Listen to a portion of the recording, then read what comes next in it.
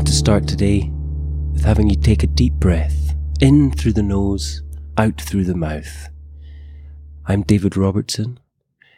And I'm Chris Cotter. And as you listen to our voices, I want you to scan down your body and feel a sense of well-being because you're listening to the Religious Studies Project.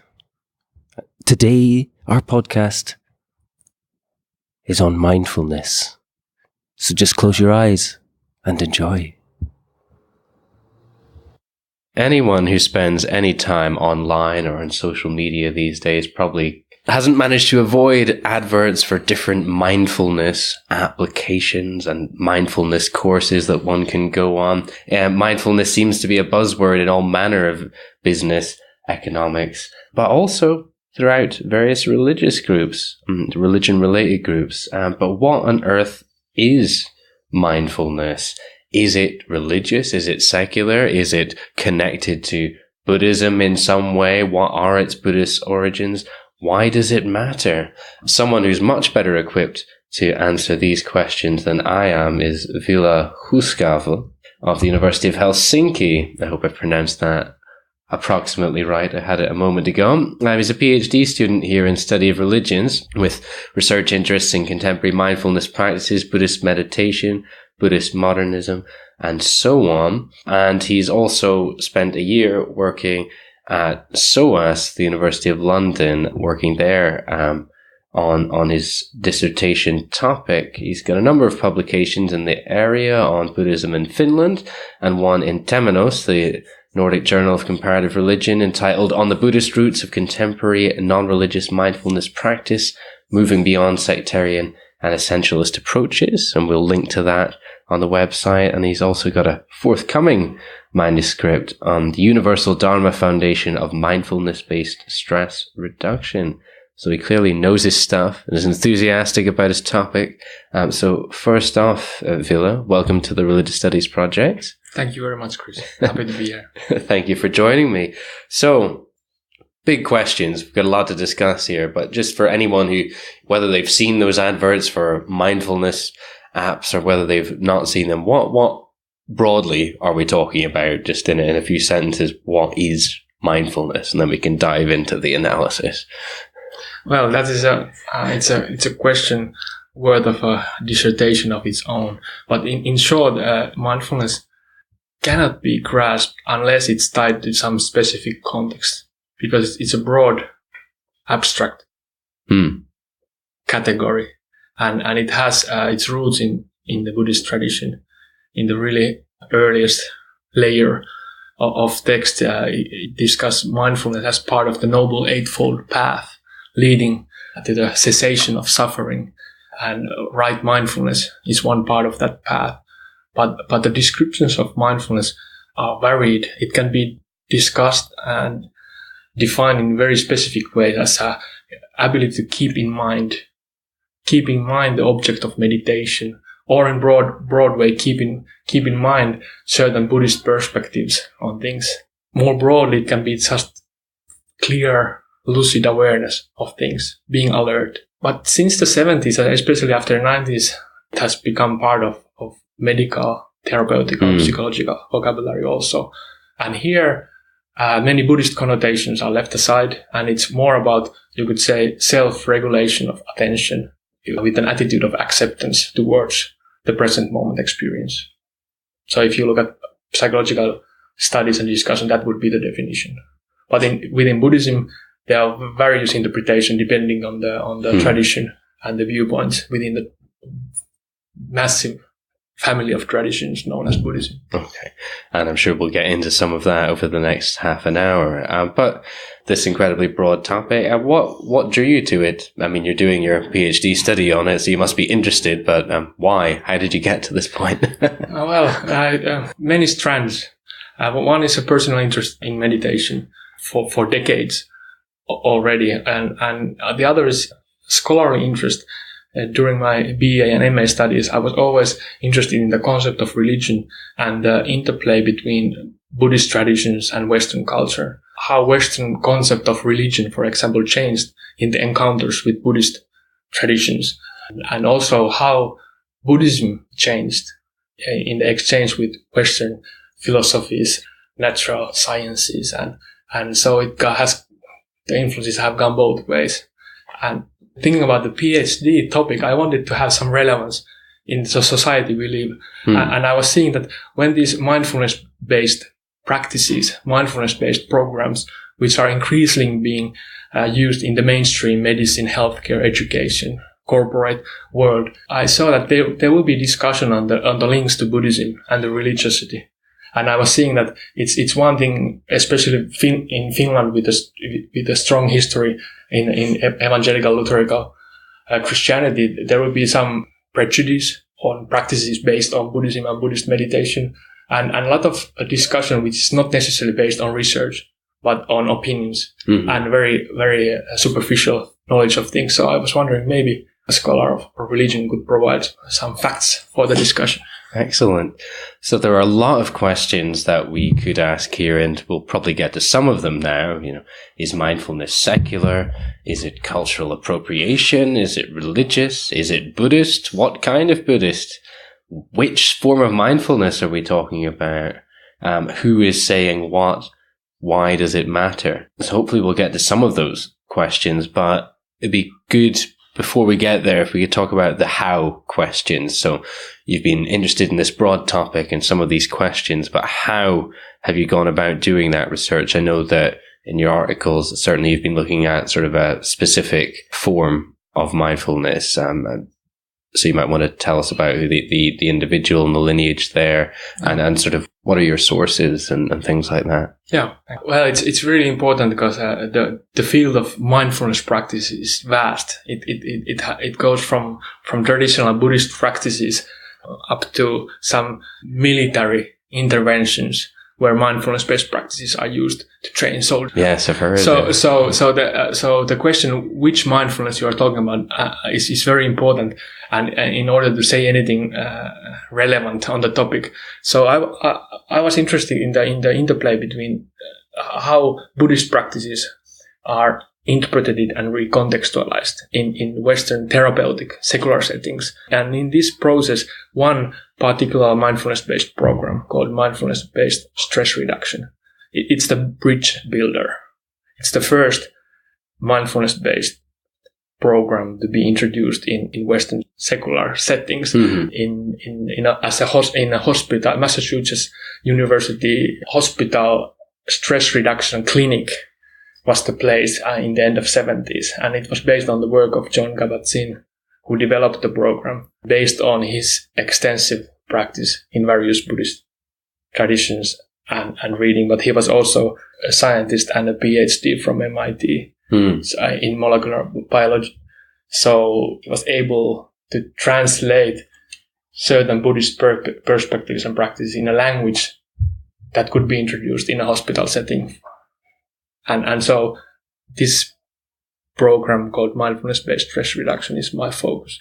And I'm interested from two viewpoints. One is a textual study of John Kabat-Zinn's work, the person who developed it, and how he describes the practice and his Buddhist roots, and what kind of Buddhist elements can be found there, and how he describes his own practice history, which traditions were relevant. But then also I'm interested in the lived practice, how MBSR is taught in Finland, and I did ethnographic fieldwork in an MBSR teacher training course for 1 year, participating in the meeting and recording them and discussing with the teachers. And so I want to see also that what's the difference between a textual representation of the practices and what's actually happening in the field itself. And then during this research process, I also had a chance to do an interview with John Kabat-Zinn to ask some personal questions and to go a bit beyond the stuff that's written in the books, so that it was really, really valuable and also gave a lot of insight for the research. Yeah. So it sounds like you've got a lot to go on. So let's dive in to some of those questions then. So, I mean, I've got one of my undergrad students, Imi, is working on a dissertation on mindfulness at the moment, and she was asking, can contemporary mindfulness be considered simply a form of, I guess, Buddhist modernism, she says. So, how is it simply a sort of modernized form of Buddhist practice, or what's going on, and what would we even mean by Buddhist in that context. So maybe you can use that as a springboard into some of your research. Yeah, really, really interesting question, and goes right into the heart of things.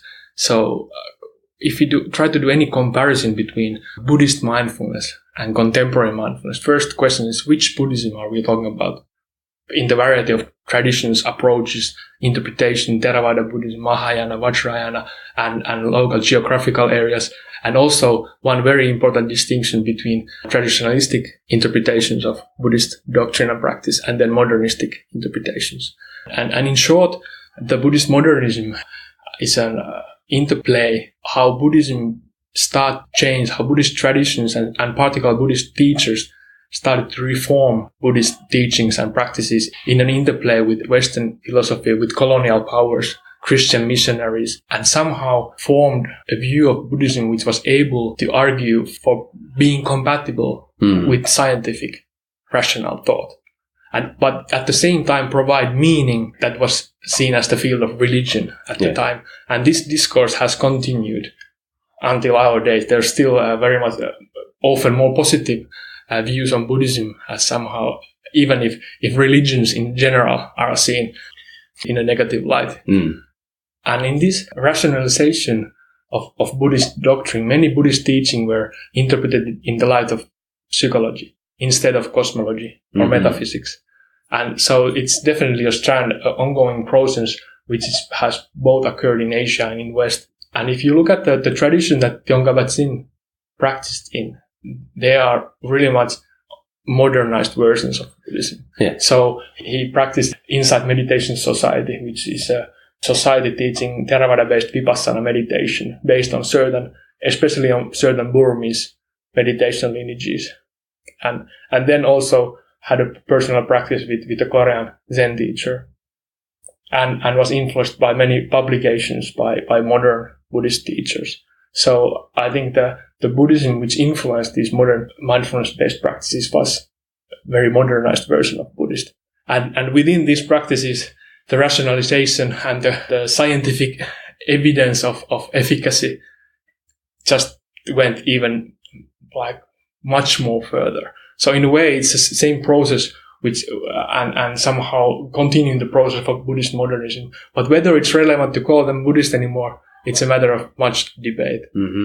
So because there's no Buddhist self-identity anymore, not only in the programs and in the majority of the practitioners, and no Buddhist authorities are referred as a legitimation of the practices. It's the legitimacy is based on the scientific research, on the efficacy of certain meditation practices. So there's no straightforward answer clearly to that. Sorry to interrupt the episode, but we just wanted to remind you about our Patreon link. The Religious Studies Project has always been free since its inception, but we know that there's a great problem in academia with people not being paid for the work that they're expected to do, particularly early career scholars. And we at the RSP want to be part of the solution, not part of the problem. So you can help if you can spare even £1 a month by going to patreon.com/projectrs and subscribing. We know that these podcasts are very useful for people who are teaching and people in their learning. So if you can help either by subscribing there or by making a one-off donation using the PayPal button on our website, it would be greatly appreciated and will help us keep bringing you this podcast for free and fight against exploitation in academia. But now, back to the episode. It might be helpful just to take us through perhaps some of the practices and philosophies associated with mindfulness-based stress reduction, just to give a flavor of exactly what might be involved, but then also you can maybe relate this to where those can be traced to historically whilst you're doing it, perhaps. Trying to keep it short. Yes. Just a couple of examples.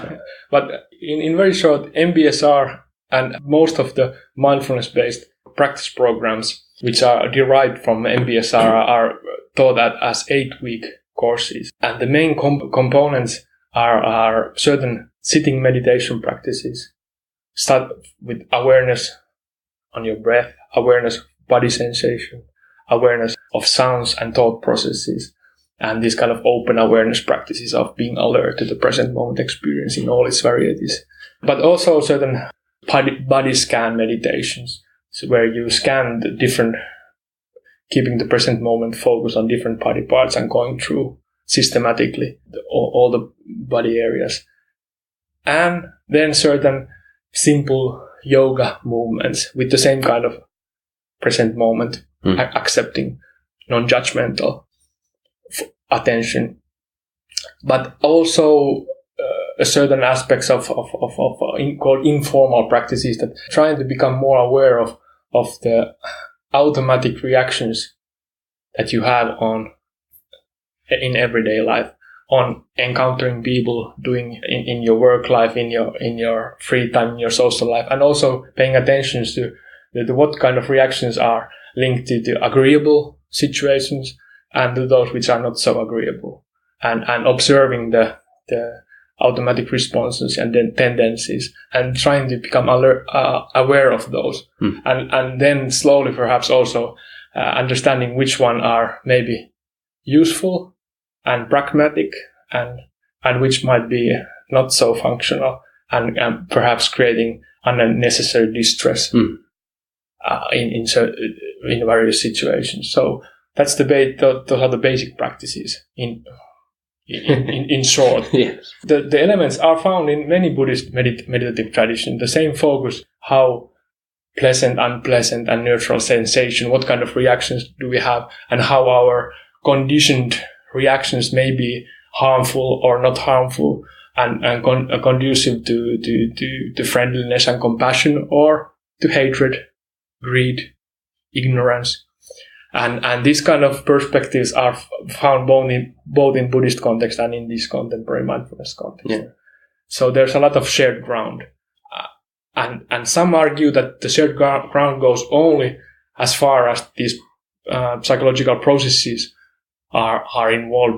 But if you look a bit deeper into the books, into the discussions, there are also, you could call, ontological elements, which are not necessarily in any contradiction with our physical, natural, scientific views, but seeing human beings as part of a larger whole, larger social wholes, larger ecological wholes, and also part of a larger universe. And these kind of realizations might have a profound impact on your self-identity and also on your ethical behavior, understanding that my well-being might be very much connected to the well-being of my nearest and dearest, but also my work communities and also the ecological side of it. It's quite obvious that we like fresh air and clean water and not the other way around. So the meditation practice may, for some, have more ethical, ontological sides to it, and it can be more a part of self-identity. I would use the word existential practice. Yeah. But for others, it may be also only a way to come to terms with chronic pain or migraine, or after a knee surgery, how to deal with the constant pain. That's the function of meditation practice. So there's a wide variety. Exactly. And depending on the interpretation, some interpretation might come more close to Buddhist or existential or spiritual or all of these things. Yeah. And for some, it's clearly medical therapeutic practice. And that's the end of it. So I'm very cautious of giving any fixed labels on mindfulness practice. And that's one finding and something that I want to bring into the discussions always when there's a discussion on mindfulness practices. So that it's not not the unitary phenomenon. It's not monolithic. Sticking with the Buddhist interpretation, or seeing it seems to the predominant interpretation has been that it's come directly through Theravada Buddhism, and you would challenge that. But why is there that interpretation that is largely a Theravada practice? Yeah, that's one more specific finding, a topic I discuss in both of my articles, that there's a dominant narrative of that contemporary mindfulness practices are mainly based on Theravada Buddhist Vipassana practices, and especially in the in their modern form, linked to particular Burmese Vipassana traditions of dating back to Ledi Sayadaw, U Ba King, Esen Goenka, or the lineage of Mahasi Sayadaw and his students. And these are the lineages that were very, very influential for the Insight Meditation Society teachers, Joseph Goldstein, Jack Cornfield, from whom Kabat-Zinn learned meditation. But these interpretations neglect that Kabat-Zinn was also a Zen student in training for years and was very much influenced on Mahayana Buddhist ideas. And why is this important?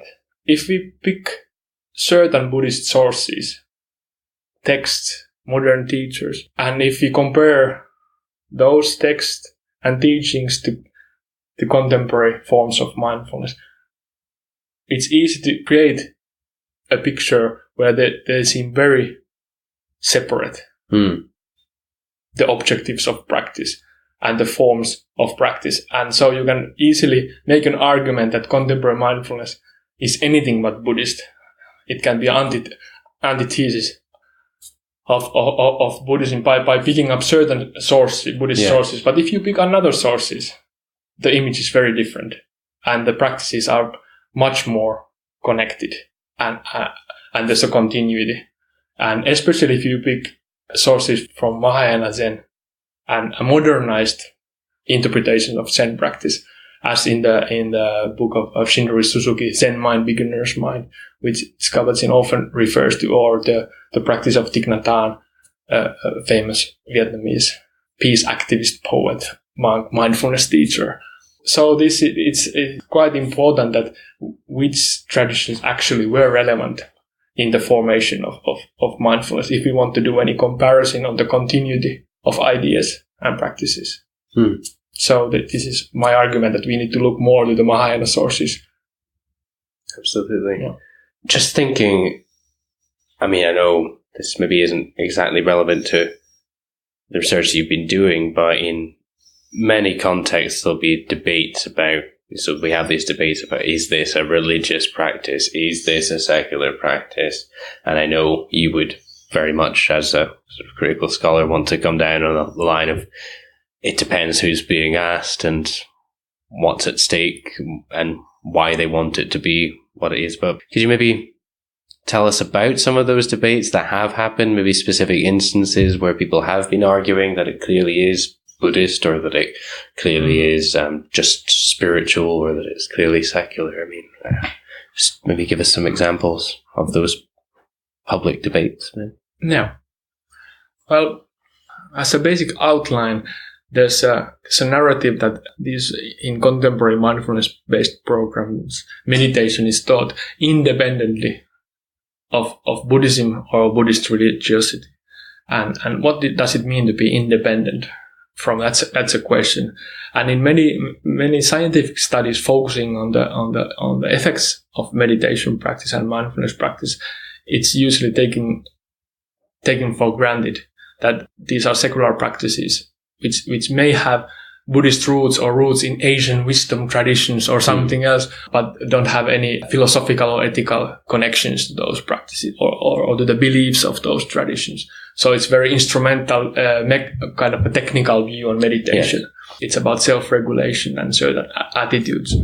And of course, this kind of framing opens the doors to bring meditation into mainstream, into public healthcare, to public education, in the schools, in the corporate context, where Buddhist meditation would never be appropriate. But then again, if you look at the contents and the text, there's much more from Buddhist traditions than only some particular techniques. So some have argued that it's not possible to do any clear-cut separation of taking only the meditation and leaving everything else aside. And the discussion is very much similar to the debates around yoga and the use of yoga. Yes. And there's been like in the US, there's been court cases deciding whether a particular yoga program is appropriate to be used in public schools. And these similar kind of questions are raised in relation to mindfulness-based programs, even though so far they never went into court yet. But there are scholars, usually same scholars, who argue that yoga should be seen in a religious light, and the public school is not the place for yoga programs. Sure, usually mindfulness is seen in the same light, and it's obvious because they share many things in common. And it's sometimes very difficult to do any clear-cut separation between meditation practice, mindfulness practice, yoga practice. So some argue for clear religious elements, which would close the door that it's not appropriate for public context. But the majority voice is that they are secular in this way, that it's appropriate to teach in public context. But many scholars recently questioned these both views as very simplistic, and rather see that this could be seen as post-secular practices or hybrid practices, which people can see within religious frames, Buddhist frames, or secular frames, and it can never be determined on the level of whether mindfulness practice is this or that. We must look into individual mindfulness-based programs, and even within certain mindfulness-based programs, we need to see how a certain individual frames the meditation practice. Then we can say something meaningful, whether it is Buddhist, religious, secular. But of course, in the general way, usually if a journalist asks, people want very simple, clear-cut answers, whether or not, and the scholar comes, well, if you look from this point, it appears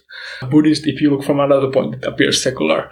And so it's not an easy question to answer. Exactly. But it's a fascinating sort of test case for just demonstrating all of those issues, religious, secular, binary, and hopefully it can help undercut that binary. And, we wouldn't want to be saying, oh, it is this or is that, but there are so many other practices that maybe are more familiar in the West, that are maybe more connected to, let's say, Christianity, that traditional Westerners will be quite happy to say, oh, that's nothing to do with religion. But it's when this strange, exotic other thing comes in, that decoupling or acknowledging that fluidity and it being two things at the same time seems to become quite problematic for people. As I often say that we have this conceptual matrix of systems of classification, and when we encounter things that doesn't fit, then we must change the system of classification. And this, in the same way that Buddhist tradition, when it was first encountered in the colonial period and in the early by the Orientalist scholars, it changed the way religion was seen. And I think that now what's happening there are many other related movements, practices in this therapeutic, spiritual, self-help, self-improvement field that doesn't really fit in the clear-cut classification of secular religious. And there's often this that if it's not clear-cut either or, then it's spiritual, post-secular, something which is very vague and very problematic also, because it don't say much on the things that we observe. And I think, as you say, mindfulness practice is a very good, it's a test ground for building hypotheses and improving our terminology and concepts relating to this new data, empirical data that appears in current cultural milieus. Absolutely. So just as a final question, you've been telling us a lot about the research that you've been doing. What's next for you? And maybe what are some of the future directions that you see mindfulness research in general going in? Like, are there sort of big areas where research is needed, or where you'd like to see research, or where you would like to do it? Well, I think there's still a handful in doing the dissertation itself. So right now I'm in my own research. I'm going deeper into the ethnographic material. If so far I've been focusing on Buddhist texts and the text of Tsongkhapa and the mindfulness manuals and source books. So now I'm focusing on my ethnographic fieldwork material and looking how MBSR and mindfulness is taught in Finland and how future MBSR teachers are instructed to become teachers. What elements are emphasized and what elements are possibly left out. So I hope in the future there will be much more ethnographic focus, because the text can tell us only so much, and what's happening in the field itself. It's nuanced, and I personally hope to have a possibility after the dissertation to work on interviewing individual meditation practices within both in Buddhist communities and in modern contemporary mindfulness and see the shed light on the variety of interpretation and frames in which meditation can be useful and meaningful for individuals. Fantastic. Yes, it could well be that the discourses might be quite similar, yet the objects populating the discourses are the differences. We shall see. Well, thank you so much, Ville, for joining us on the Religious Studies Project. Thank you so much, Chris. It's been a pleasure. And in 10, 9, 8, 7, coming 2, as I approach 3, 2, 1. You're back in the room. Fantastic. I hope that was a good just sort of half hour, 40 minutes for you listeners. And you'll find a new sense of energy and calmness in your day from having listened to our podcast. Absolutely. And, mindfulness, as we've heard there, is quite connected to notions of health and well-being, public health, corporate health, and that sort of thing. It's the kind of stuff that we're looking at in implicit religion as well. It's a real-world example of how ideas connected to religious traditions there can be contestation as to whether they are identified as religion or not in various circumstances. And mindfulness has been, are people being indoctrinated? Should church halls be used for it? Should it be in schools? And so on and so forth. Absolutely. And taking up that thread next week, we've got David Speed speaking with Tommy Coleman, who hasn't done an interview for us for a while because he's been so busy doing publications galore and sort of running the RSP behind the scenes. So Tommy's been speaking with David Speed about religion, non-religion, and public health. So taking on that sort of thread that was throughout that podcast there and putting it into full focus.